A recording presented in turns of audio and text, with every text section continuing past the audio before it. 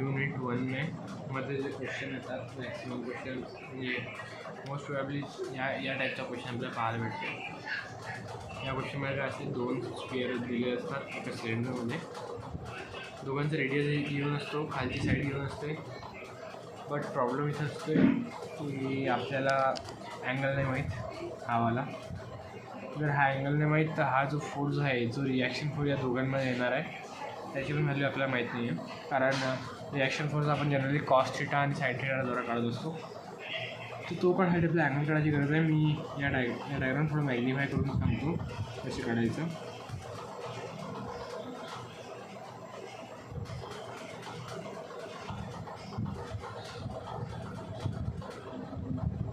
जर हे क्वेश्चन लक्षात आले तर कॉन्सेप्ट क्लिअर करा फक्त.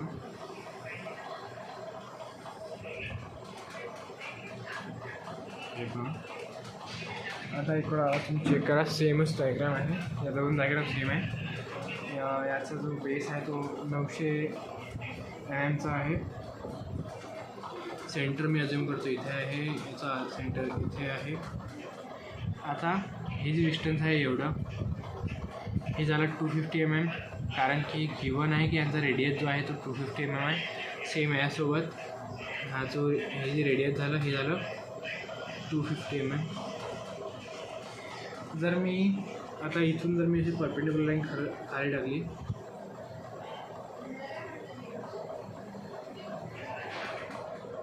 आपल्याला माहीत पडतं की हे डिस्टन्स आहे 250, हे डिस्टन्स आहे 250. तर जे हे उरलेलं डिस्टन्स असेल ते 90 - 500 असेल. कारण 900 - 250 - 250 जर कॅल्क्युलेट केलं तर हे 500 होऊन जाते आणि आन्सर आहे 400. म्हणजे आता हे जे डिस्टन्स आहे हे झालं 400. तर आम्हाला जर हे डिस्टन्स भेटलं तर मी इथून एक परपेंडिक्युलर लाईन काढतो अशी सरळ, आणि एक लाईन अशी काढतो. ठीक आहे. तर या क्वेश्चनमध्ये एक ट्विस्ट सांगून देतो. आता मी हा जो सर्कल आहे मी हा परफेक्ट ड्रॉ नाही केला म्हणून. तर या सर्कलची जी हे साईड आहे ती अशी जाते. थोडंसं इग्नोर करा फक्त. ठीक आहे. तर हे असं काहीतरी आपल्याला डायग्राम दिसते. या डायग्राममध्ये एकच लक्ष ठेवायचं की जेव्हा पण असे क्वेश्चन दिसले तर भ्यायचं नाही सर्वात आधी. कारण सर्व गेम कॉन्फिडन्सचा आहे. याचा आपल्याला कॉन्फिडन्स बिल्ड करायला आहे मेन म्हणजे. एक साईन कॅमेरा सेट करून घेतो. ठीक आहे. इथं 900 आहे, व्यवस्थित आहे. ठीक आहे. तर या प्रकारची काहीतरी अरेंजमेंट आपल्याकडे आहे. आपल्याला मेन काय म्हणत आहे, आपल्याकडे आहे हा अँगल आणि हा अँगल. तर हे जर 2 अँगल आहे हे म्हणजे एकमेकाच्या अल्टरनेट अँगल्स आहे, दोघांची व्हॅल्यू सेम राहणार आहे. तर याची व्हॅल्यू आपण कशी काढू शकतो तर मी हे बघा. आता आपल्याकडं हे जे 400 mm आहे हे या साईडची व्हॅल्यू आहे. ठीक आहे. आणि जर मी इथून बघितलं तर हे जे आहे हे याची रेडियसच आहे. या सर्कलची रेडियस आहे तेच आपली हिअर साईड आहे. तर माझ्याकडे अपोजिट साईड आहे आणि ॲडजस्टंट साईड आहे. तर मी कॉस हा वाला रेशिओ यूज करून अँगल काढू शकतो. तर आपल्याकडं कॉस थिटा फॉर्म्युला काय असते, cos theta = opposite upon adjacent. I think sorry tan theta = opposite upon adjacent. तर थिटाची व्हॅल्यू झाली टॅन इनवर्स ऑफ अपोजिटची व्हॅल्यू आहे 250 डिवाइड बाय ॲडजस्टंटची व्हॅल्यू आहे 400. ठीक आहे. तर तुम्ही हे व्हॅल्यू कॅल्क्युलेटमध्ये पुट करा आणि तुम्हाला थिटाची व्हॅल्यू भेटून जाणार. ठीक आहे. इथून जर मला थिटाची व्हॅल्यू भेटली तर आता मी जर इंडिव्हिज्युअलचा जर मी आपलं हे ड्रॉ करतो म्हटलं, आपलं रिॲक्शन्स आणि सर्व जर फोर्स मी एक दाखवायची कोशिश केली तर ती काही अशी येणार. मी दाखवतो एक सेकंड. ठीक आहे. तर याला मी नाव देतो ए, याला नाव देतो बी. हा आहे ए. ठीक आहे. एमध्ये सर्वात आधी सेल्फ वेट, जे काही सेल्फ वेट असेल ते सेल्फ वेट येणार. त्यानंतर इथून एक रिॲक्शन येणार, कारण की हे इथं टच असल्यामुळं इथून एक रिॲक्शन येणार. त्यानंतर एक खालून पण टच होत आहे, म्हणजे इथून पण एक रिॲक्शन वर जाणार. ठीक आहे, मी याला नाव देतो N1, याला देतो N2. त्यानंतर रिॲक्शन कुठे कुठे येत असते, जिथे जे पॉईंट ऑफ कॉन्टॅक्ट असते. तर या बॉडीमध्ये टोटल पॉईंट ऑफ कॉन्टॅक्ट किती आहे, ते आहे आपल्याकडे 1 2 3. हा फर्स्ट, हा सेकंड आणि हा थर्ड. तर हा जो थर्ड आहे याचा आपल्याला अँगल माहीत नव्हता, जो की आपण थीटा इथून काढला आहे. आपला जो अँगल आहे हा झाला थीटा. तुम्हाला सॉल्व करायचा आहे, मी नाही करणार आहे. ह्याच्याली व्हॅल्यू थीटा. आता जे रिॲक्शन आहे ते नेहमी बॉडीकडे येत असते, तर म्हणजे याची डायरेक्शन अशी झाली. म्हणजे मी याला जर तुम्ही जेव्हा पण क्वेश्चन सॉल्व करता तेव्हा नेहमी लक्षात ठेवा, एक तर सारे फोर्सेस बॉडीकडे येणारा दाखवा किंवा एक तर बॉडीकडून जाणारा दाखवा. तर आपण याला ह्या बॉडीकडे इथून येत होता, मी याला बॉडीकडून जाणारा दाखवता इकडे. आता मी याला रिझॉल्व करणार इथे.